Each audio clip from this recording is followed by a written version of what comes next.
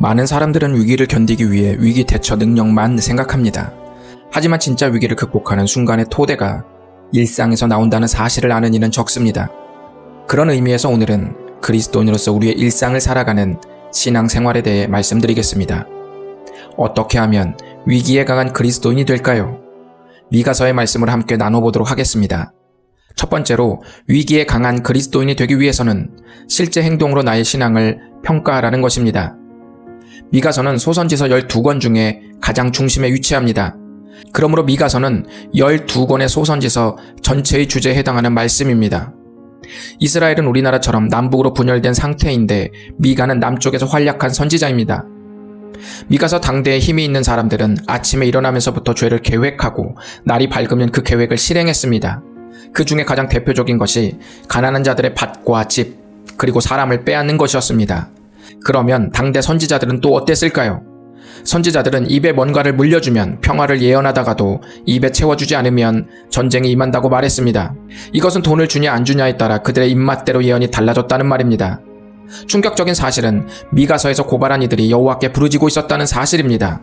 주님께 기도하고 있는 모습과 악한 행위가 동시에 공존하는 현실이 미가 선지자가 바라보는 당대의 모습들이었습니다.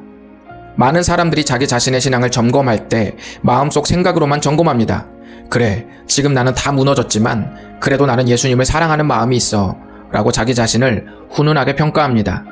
그런데 점검이라는 것은 신앙의 본질과 본질의 표현, 이 둘을 맞춰보는 겁니다. 그래야 매일매일 조금씩 어긋난 내 삶을 보고 내 마음을 재교정할 수 있습니다. 미가서는 하나님을 사랑하는 마음이 겉으로 드러나는 모습을 미시파트라고 말했습니다. 여러분의 신앙의 삶을 하나님을 향한 미시파트로 점검해보면 어떨까요? 두 번째로 위기에 강한 그리스도인이 되기 위해서는 하나님의 사랑을 매일 확인하는 것입니다. 하나님께서 미가의 많은 부분을 심판과 경고로 일관하셨는데 그럼 거기서 하나님의 사랑을 엿볼 수 없을까요? 아닙니다. 있습니다. 미가서 3장 2절을 보면 표현이 잔인합니다. 착취당하는 백성들의 모습을 가죽을 벗기고 그 뼈에서 살을 뜯는다는 표현으로 말씀하셨습니다. 이는 마치 고기 손질하는 모습을 연상케 합니다. 하나님은 이런 장면들을 보시면서 착취당하는 자들을 내 백성이라고 말했고 그들의 굴욕을 당하는 모습을 보고 나의 영광을 빼앗겼다고 말씀하셨습니다. 사랑의 끝이 뭡니까? 그와 나를 동일시하는 겁니다. 그의 아픔이 내 아픔이 되고 그의 기쁨이 내 기쁨이 되는 겁니다. 지금 하나님께서 그렇게 말씀하고 있지 않습니까? 그들은 내 백성이며 그들의 굴욕은 나의 영광이 빼앗긴 것과 같다는 말 속에서 우리는 깊은 사랑을 느낍니다. 그 사랑은 곧바로 회복의 약속으로 이어졌습니다. 우리는 누군가 내 마음을 헤아려 주기를 바라면서도 하나님의 마음을 제일 많이 오해하는 사람이 또 우리 자신 아닙니까? 하나님의 사랑은 변치 않습니다. 성경은 그 사랑을 헤세드라고 말씀합니다. 십자가에서 우리의 죄를 위해 온몸을 던지신 그 사랑이 어떻게 변합니까? 가장 소중한 존재를 아끼지 않고 주신 분이 어찌 우리를 위해 모든 것을 주시지 않겠습니까? 세 번째로 위기에 강한 그리스도인이 되기 위해서는 신앙생활의 의미를 올바른 관계에 맞추는 것입니다. 올바른 관계라는 말 안에는 긴 시간이 포함되어 있습니다. 얼마나 한결같은가를 보는 것이 올바른 관계의 관건입니다. 미가서 5장 2절의 말씀은 유다 땅 베들레헴이라는 작은 마을에서 이스라엘을 다스릴 자가 나올 것이라고 약속했습니다. 여기서는 이스라엘을 다스릴 자로 나오지만 성경의 예언은 확장이 됩니다. 이 말씀이 언제 이루어집니까? 신약 성경은 예수님께서 탄생하셨을 때 미가서 5장 2절의 말씀이 이루어졌다고 하셨습니다. 그런데 이 약속을 보시면 예언을 성취하는 자의 기원이 아주 오랜 시간이라고 했습니다.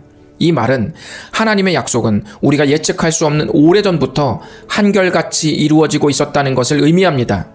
그뿐만 아니라 하나님은 과거 수백 년 전에 하나님의 백성을 신실하게 인도하셨던 역사들을 꺼내시면서 스스로 그 기나긴 시간 동안 하셨던 일을 여호와가 공의롭게 행한 일이라고 말씀하셨습니다.